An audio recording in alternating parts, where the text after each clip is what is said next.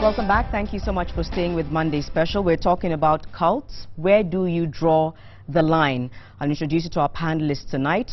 Across from me, we have Dr. Oscar Gidua, who is a forensic psychologist. He'll take us into the mind of those involved in cultic organizations. And then we have Reverend Dr. Timothy Njoya, a retired minister, who will tell us where the church stands with regards to cultic organizations in Kenya. And then next to me we have Andrew Mohio, brother to the late Paul Magu. We can remember the story that was covered widely, that Paul Magu and his wife and children, who all passed away allegedly due to cultic activity, something that we'll unpack a little bit later. Thank you all so much for taking time to talk to us. Maybe I can start with you, Dr. Oscar. What are the markings of a cult? Well, thank you so much, Janet, for having me and for having the rest of the panelists here.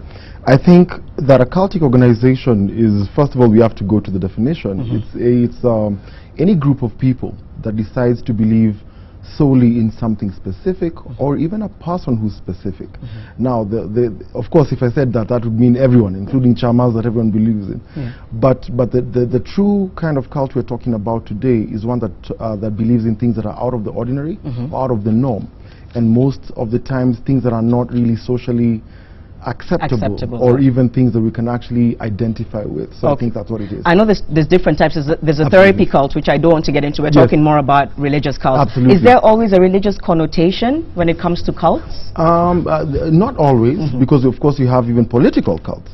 However, if we stick to the idea of religious cults, we're talking about people who've removed the focus, and I believe the Reverend would be better placed than myself to explain this, from the focus of the deity that they worship in their religion to themselves. Yes. And they become the focus of it, and or they claim to have a special relationship with the deity, so which kind of gives them a subordinate kind of position, and that's what it is. Okay, which is what I wanted the Reverend to follow up on. Absolutely. That marking of a cult, when a forum suddenly turns into a cult, what do we see in that? You see, what he's saying is correct. He's talking about the extremisms of a cult. But actually, every religion is a cult. Every church is a cult. The difference is that some cults, like mine, Presbyterian, are very highly structured. We know when to start up when we're worshiping and what song. We know even the hymns without reading. So we are very structured that if you deviate, you look odd. And those odds sometimes leave PCA and go to form cults, to go to those extremes. And I feel sorry because I cannot follow them up, because the problem belongs to the society as a whole. Societies in Kenya, the Kenyan society doesn't have adequate mental health infrastructure. And we don't have adequate people like him, many enough, to handle the issues, and therefore you leave them to pastors who are not trained to handle mental sicknesses. So when you say mental sickness, it's on the side of the pastors who then take on this persona. Even them, they need psychiatric help, even those pastors. Or psychological help. And therefore, when the solutions are not found in the structures, mainstream religion, they go out of their way, and they can even go and lead a whole congregation to murder like Jones. Yes, the Jones and kill themselves. So I'm saying that Kenya as a society should have adequate health infrastructure and health services, so that the society takes responsibility of people who cannot cope with the pressures which we impose upon every child in school. You must pass exam, you must get rich. All these kind of problems do bear. I know I want to get to Andrew in just a moment, but you said something very interesting. You said every organization is a cult. Doesn't cult have a negative connotation to it? No. Not necessarily. Cult, even a secretary will tell you, cult means worship. But it's a perception people have. It's simply actually one meaning worship. And if you, so every church, every religion is a cult in itself, in that it believed in extra human power, supernatural power of healing. But the problem is this, the issue is this. For me, I believe in, I pray for people. I go to hospital to pray for people. But I also build hospitals, because I don't think prayer is not scientific. It has a scientific conference where we have to deal with the elements. So I do believe that anyone who says that prayer is enough, you don't need the science, he is a cult. Because if you have a broken leg, you need to be bowed. it cannot bring itself. Okay, we'll come back more and talk about how the church is tackling or addressing issues to do with cults in just a moment. Andrew, first of all, our hearts go out to you and your family. I'm sure you've seen the outpouring of support from Kenyans. We're really sorry for everything that happened to you. Take us back to the time when Paul was still alive. Did you notice any changes in him regarding the organization he allegedly joined? I can say yes, for sure. Okay. Because actually the first time we started associating with this church, the first time we attended together, and maybe if I would describe a cult from my perspective, it is something. It is like peculiar worship, whereby someone will go and prophesy, and you go ahead and make that prophecy come to reality, maybe using your own resources, just to make sure that the prophecy comes to fruition. Of course, we noticed that he started pulling away from the family when he started attending that church, and it's like something was really keeping him off, as in he could no longer associate with us. We could no longer talk, until he got to a point where maybe you'll call him and maybe he'll return your call after 1 week, or maybe another day you'll call him and he'll tell you, maybe I changed my phone. Who is this? Oh, and he was never that kind of person. He was never that kind of a person. So it really got us wondering. But as a family, he was like a pace setter. He was like a star in the family. So initially we did not think that it was something that could go that far, until maybe the last days. Okay. And when you would try and reach out to him and ask him, what's wrong? Are you okay? What would he say? We never got the chance to get to ask him such questions. Mainly because having been like the first person in our family to really rise up, it was a bit like the way families treat people. It was a bit. He was a bit unreachable, and when he was, of course, there was that respect between him and us. You could not delve too far. But I remember like 2 weeks before he died, I wrote him a message. I was sensing something was wrong. I told him maybe we could have lunch sometime, and he told me yes, we could. Just tell me the date. And I told him we could maybe meet at Mayfair sometime. It never got to that. I am still wishing it could have gotten to that. So you don't even have a sense of closure because it never got to that. Exactly. You don't even have. Exactly. That's really heartbreaking. Who joins a cult and why? That's a good question. I want to start addressing something the Reverend said really that is pertinent, and I think that Kenyans need to understand, and your viewers across the continent, that there is no specific person. Andrew's brother was a lawyer. A lawyer, a successful lawyer. A successful lawyer at that, somebody who was very bright and all that. The question is about hope, of finding solutions that the Reverend talked about that are beyond normal structures. If I feel hopeless, I will look for the person who's selling it the fastest, with the shortest way. You see, the Reverend's method is not a hopeful, he's not one that can make me join a cult, because to him he'll pray for me and build a hospital, which will require me to go to the hospital, get treatment. But if I came with an answer of treating HIV or treating cancer or whatever overnight, and I say that is my brand, I can assure you the people you're going to get are the people who are hopeless. And I tell people that the best product to ever sell on earth is hope. Is hope. Before I go back to the Reverend, another question. Take us into the mind of someone who forms a cult, because that's essentially, isn't that a criminal in a sense? And that's why I wanted you to come as a forensic psychologist. Take us into the mind of someone, you know, like Jones, who forms this cult that, you know, so many people get carried away by. Well, of course, without having to recycle words that I've used recently, but the truth of the matter stands that they're psychopaths. And part of the description of a psychopath is somebody who has no empathy for people, somebody who's grandiose, somebody who's narcissistic. They become the center of attention. They believe that the answer to every problem that is presented to them. And they do not like to be criticized. As a matter of fact, if you dare criticize them, you're chastised, you're actually blamed in public and all that stuff. So what I'm trying to say is, this is a person who's self-absorbed, is not empathetic, and is clearly a psychopath. All right. Reverend, have you seen, in your many years in serving, how much have you seen, or have you seen cults evolve in Kenya? Let me tell you, almost all the people who form cults started with not cult, because I've said that every religion is a cult, every church.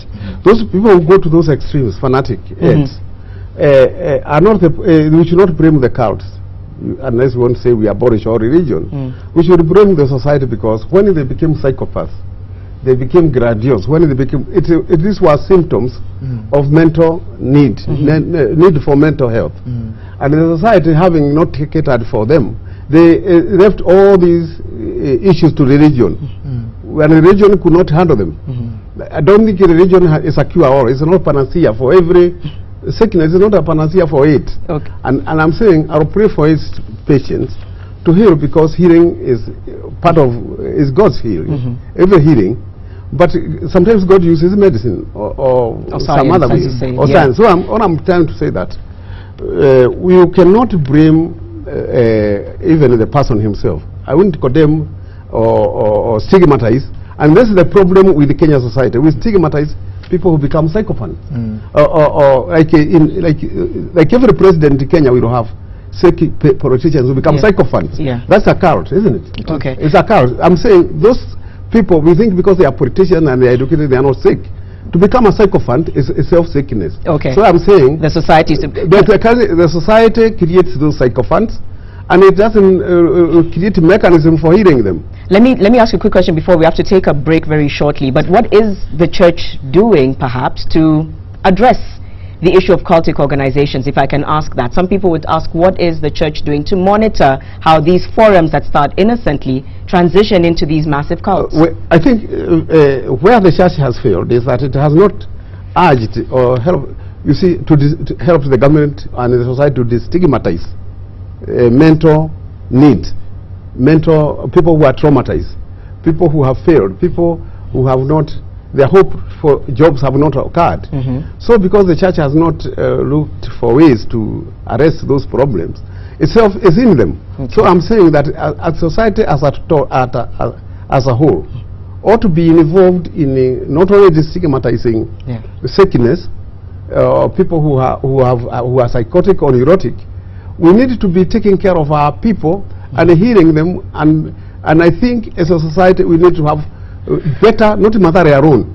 We need to have more facilities. More facilities and better, and no stigma when you visit them. Before we take a quick break, do you agree with what he's saying, Andrew, just based on what you've had to deal with over the last few weeks?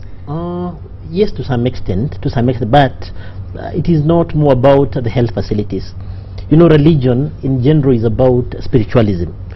And you cannot go tell someone you are sick because you believe in a different kind of thing. So it would be very hard to help those people health-wise. Maybe unless someone comes to you and tells you, I'm thinking this way. Let me explain something here.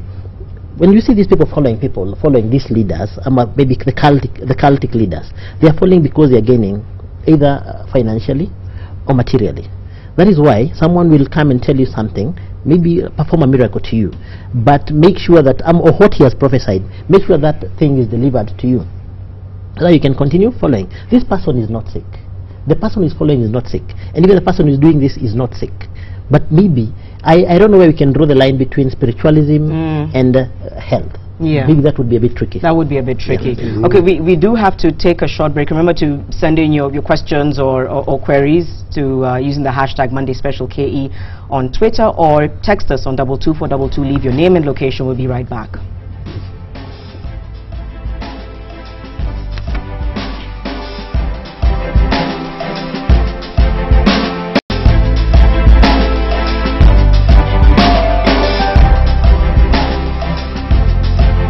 And welcome back to Monday Special, where we're talking about cults and where does one draw the line. Maybe this is the time to ask you what the telltale signs are. And just during the break, I know Andrew was asking, how does someone get so deep into it and then not want to get out of that mess? And the Reverend was giving some answers. But what are the telltale signs that someone is flirting with a cult or has gotten too deep in terms of indoctrination? That's a really good question, Janet, and I want to piggyback off something that Andrew mentioned, talking about isolation from his what they witnessed as a family.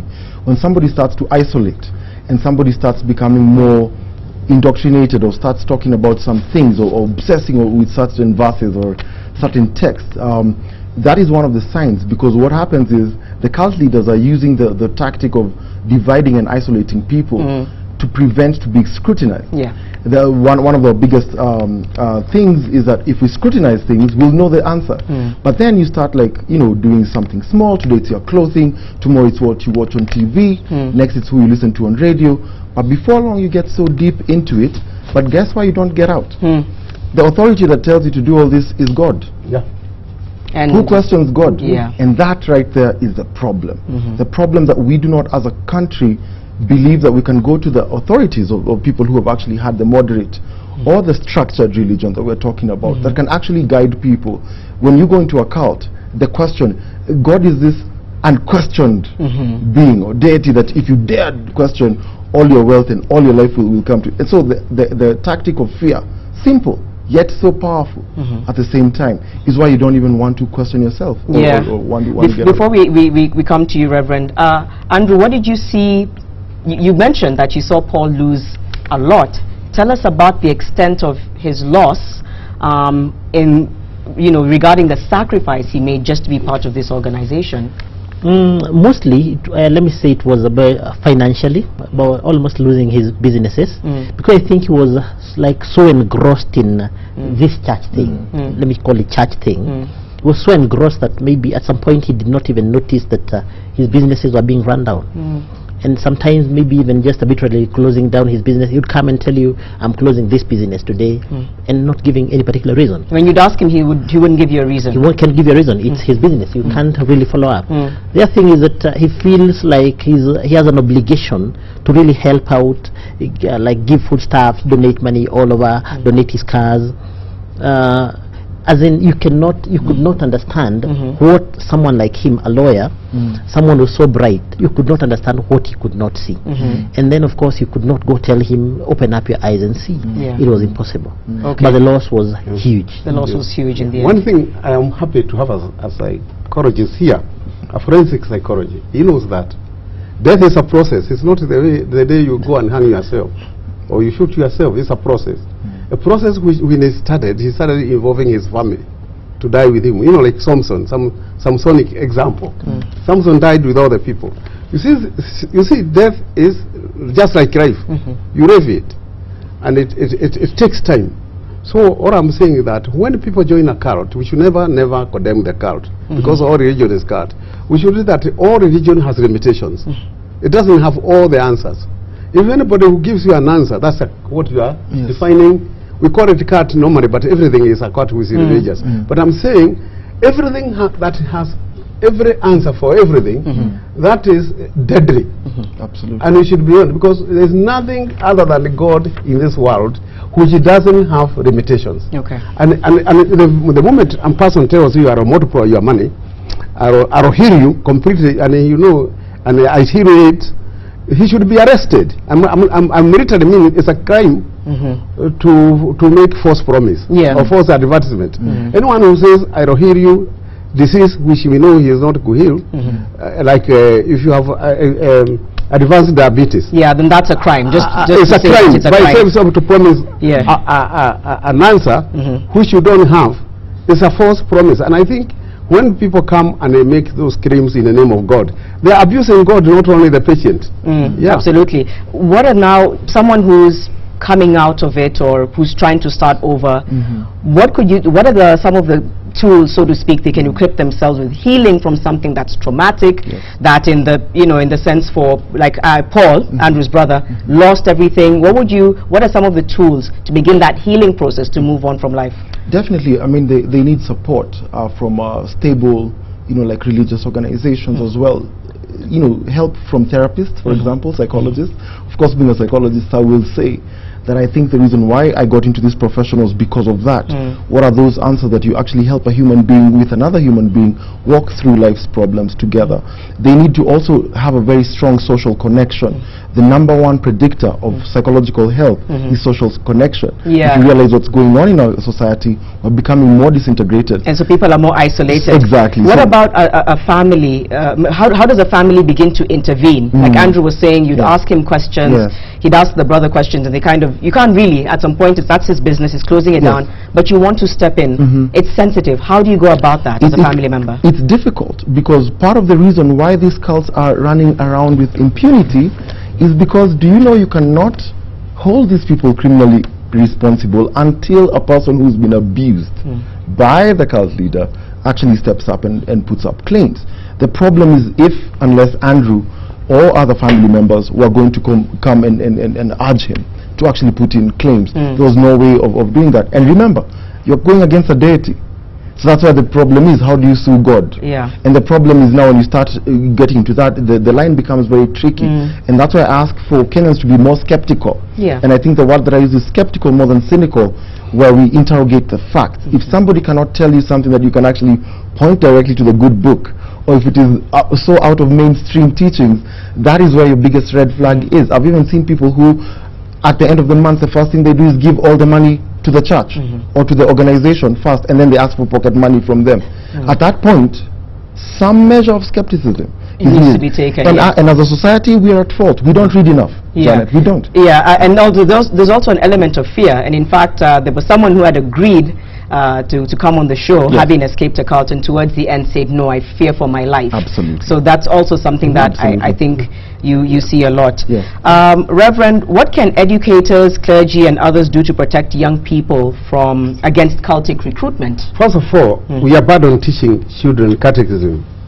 We're bad. And doctrines which have been tested for 400, 1,000 years. And they, you can measure, they are measurable. When you run like what is the doctrine of God, all those, they are measurable. Anyone who goes beyond that, you start to doubt whether they are talking the truth. Now, children are taught only to dance, to believe, without being taught, as I said, structured format of something that has they can recall, they memorized in Sunday school. Wait, let me take you back to what you're saying. You're saying that, are you talking about the modern teaching is too it's too much more about singing and dancing and less about the word? Teaching about life, life conduct, discipline. Today you find that a person who is the most spiritual, he is the most indisciplined, he is the most corruptible, and he is the most thief. He is the most everything. Extremist is paranoia. So, and I'm saying that, and I'm very happy today to have a psychologist nearby who can bear me out, is that I'm not condemning even that person. And I'm saying that person is calling for help. He is his brother was setting an SOS. But his church, whether it was Anglican or Presbyterian or Catholic, which he belonged, didn't notice something is going wrong. Because for me, I have worked with many people who have gone bankrupt, what you call down on mobility. Go down, and even who are losing health, I helped them without getting crazy and mentally sick. I helped them accept and add in gears. You see, if you don't give people shock absorbers to absorb shock of losing business and other things, they go bananas, they go berserk. So I'm saying that you can not always blame the victim for victimization. This person is socially, he was promised to be rich. Society should take care of those who are rich and are going down in business. Society tells people you must pass exams. It should be catered for those who fail exams. So if you don't have those mechanisms, don't promise people that passing exams is good, unless you know what to do with those who fail exams. I have to hold it right there. I want to get your response on that, but first we do have to take another short break and come back with the final part of Monday Special. Stay with us.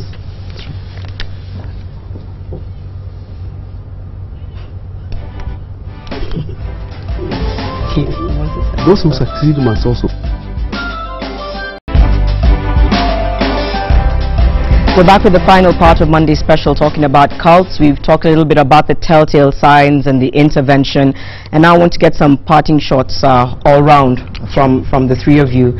A lot of people, I'm told that there's tweets now. Maybe we can take a look at the tweets and see if there's any questions, because I've seen quite a number coming into my feed. Let's take a look at Twitter. Questions or comments. People join cults because they need to belong. Humans exist for relationships. Any is better than none. Okay. And then we have peer pressure has contributed to a lot to those who've joined cults. Curiosity has also contributed. And then we have cults are real and there to stay. Let's be vigilant and avoid it at any cost. Let's promote its illegalities. Cults are nowadays a shortcut to fame, success, in a way of obtaining wealth. Okay. And then we have, if I find someone who sells hope the fastest, I'm likely to follow them, which is what the doctor was telling us. Vile cults simply brainwash masses and exploit their vulnerabilities. False beliefs keep members entrapped.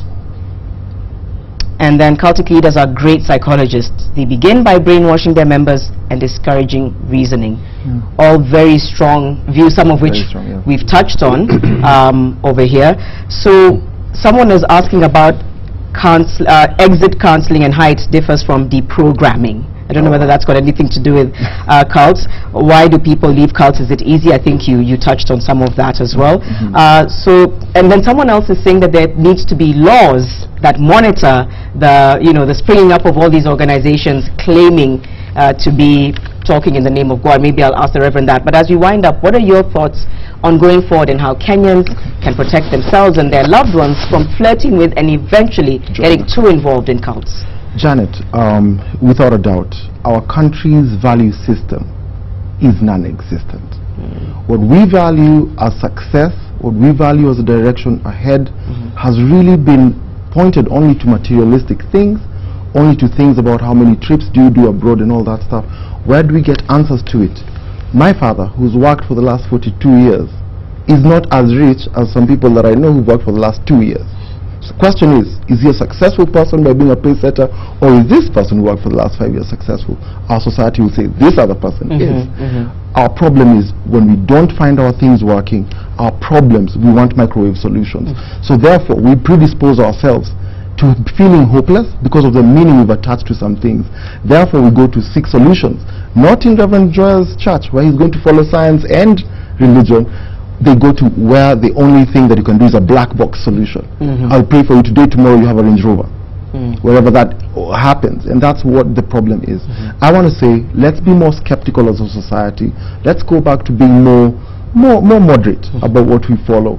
And when we really need, when we feel we're feeling hopeless, I'm happy to report we now have a law in place, the Counselors and Psychologists Act of 2014, and we're building an army of psychologists and counselors in this country who you can actually go talk to, pour out your hearts with, and we're working with the clergy as well. So when they see people like those, they can refer them to us as well. Very quickly before I move forward, are you concerned at is there an explosion? Some people are saying is there an explosion of cults. Should we be concerned? I think we should have been concerned from the word go. The truth is our policymakers are the problem. They, around every election period, they go get baptized by cult leaders. I'm just going to end it at that. How are you going to fight at policy when you yourself are the ones who's following it? Okay, thank you for those words. Reverend. Yeah, I would resolution.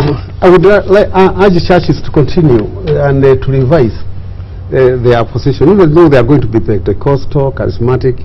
They should also do both, not to lose their youth, but at the same emphasize teaching. Have classes, educate people what is the proper doctrine. Tell people that for every success there is a failure, or even health fails. Nothing is permanent in this world, and therefore, if you want to follow a success model, from a jack to a king, from shackle to gold, please know that all that is a dialectical thing. You can have their reverse, so that people anticipate that life is up and down, that people age, people get sick, and when you get sick, don't run to a cult. Don't run to a cult. Run to pray and seek medical help. I would like to also emphasize teamwork with psychologists, with psychiatrists, and with all point of view. But I don't want to legislate against people getting sick, because cults are symptoms of social sickness, and you cannot I said build better health infrastructure, and this is the work of the state. Churches should also engage in building. I know that my church has a rehab, and I know many other ways of catering for alcoholics. But I would rather, let me put it this way, people won't like it, but let me put it this way. I would rather people, rather than join a cult, join a shanga then, because you can cure shanga quicker than people who are spiritually filled, because you cannot rationalize, you cannot convince them. Yeah. But in a Shanga, you can give them methadone or something else to treat them. Interesting. So okay, I hear you. Okay, and of course also the police, I think, need to be involved in this as well. Andrew, how are you as a family coping with the loss? Let me be very honest. Deeply affected. It is a bit traumatizing. I'd actually like people to know that Paul was our brother. What he did or what he was involved in is not what we're involved in. Let people not cross the line and say that because you're Paul's brother, maybe you're also doing the same things or involved in the same thing. But one more thing is that there is always a process to everything. Even in the Bible, the world was not created in one day. So those of us who are looking for quick solutions, I think we have to follow the due process. As painful as it is, as slow as it is, we really have to follow that. Has everything that happened to your brother, you know, your sister-in-law and your niece and nephews, did it shake your faith at some point? Did you become sort of like a doubting Thomas, or do you still have the same faith or belief in God that you had? Personally, it hasn't shaken my faith. For one reason being, I knew what was going on. I didn't know it would end at this, but I knew that that direction was not the correct direction. But we just pray to God that we be stronger, and maybe we shall be able to stand. We wish you all the best, and thank you for having the courage. The Reverend wants to say something before we wind up. I think I can sum up what I've been saying and he has said, and I hear about, let's not stigmatize. And let not me feel the family of Magu is stigmatized, and let us not criminalize. Let's treat, and that's a different word. It's a positive word. We should treat those who are in cults and who get sick, and the families that become casualties, but never criminalize or stigmatize. That's, I don't want laws to criminalize people who have not failed to cope with the social pressures. Let's make our society better. All right. Thank you all so much for taking time. Hopefully someone out there has learned something, especially about the telltale signs and you know, the healing process as well. Thank you all very much, and thank you for watching Monday Special on Citizen TV. I'm Janet Mbogwa. Have a good night.